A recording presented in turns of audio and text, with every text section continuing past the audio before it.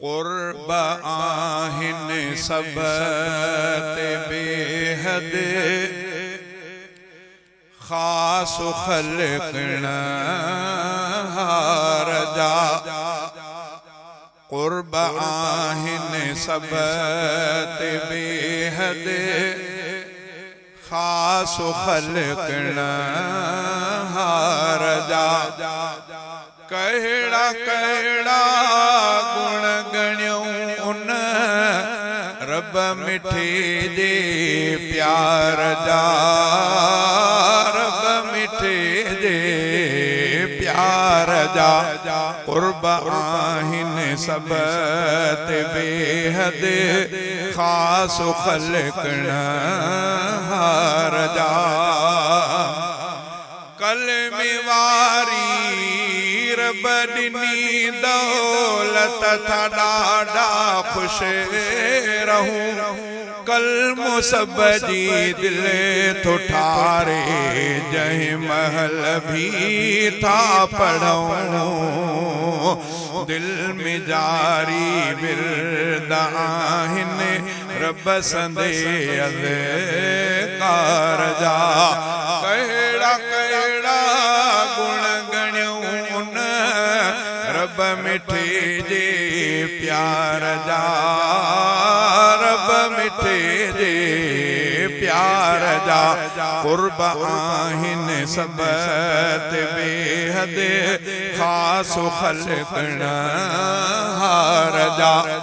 सब सही सालिम ॾिनई उज़वा बचायई ऐब खां।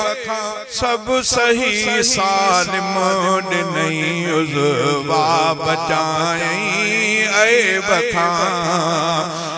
मर्ज़ मूज़ी दर्द खाया तोड़े हर आसे बखां। मर्ज़ मूज़ी दर्द खाया तोड़े हर आसे बखां।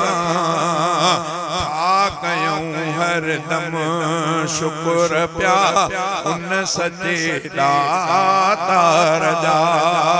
कहिड़ा कहिड़ा गुण गण्यूं उन रब मिठे जे प्यार जा। रब मिठे जे प्यार जा। क़ुर्ब आहिन सब ते बेहद ख़ास ख़ल्क़ रजा। हाल जंहिं में रब रखियो था शुक्र रब जो कयूं। दिल ज़ुबां सां हर घड़ी था सब शुक्र रब जो कयूं।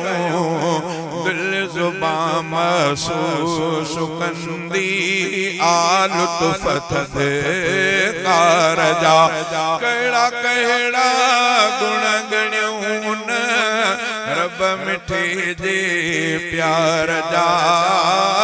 रब मिठे जे प्यार जा। क़ुर्ब आहिन सब ते बेहद ख़ास ख़ल्क़ रजा। हिन जमाली शम्स ते थोरा ख़ुदा जा अणमया। कोन थोरो के अताऊं तोड़ थी हर हर ख़ता। थी वञन आसान कम था हिन बंदे बेकार जा।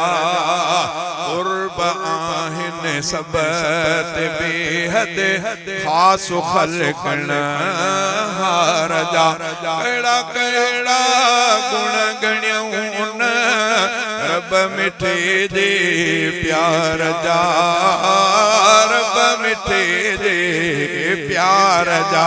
क़ुर्ब आहिन सब ते बेहद ख़ास ख़ल्क़ रजा।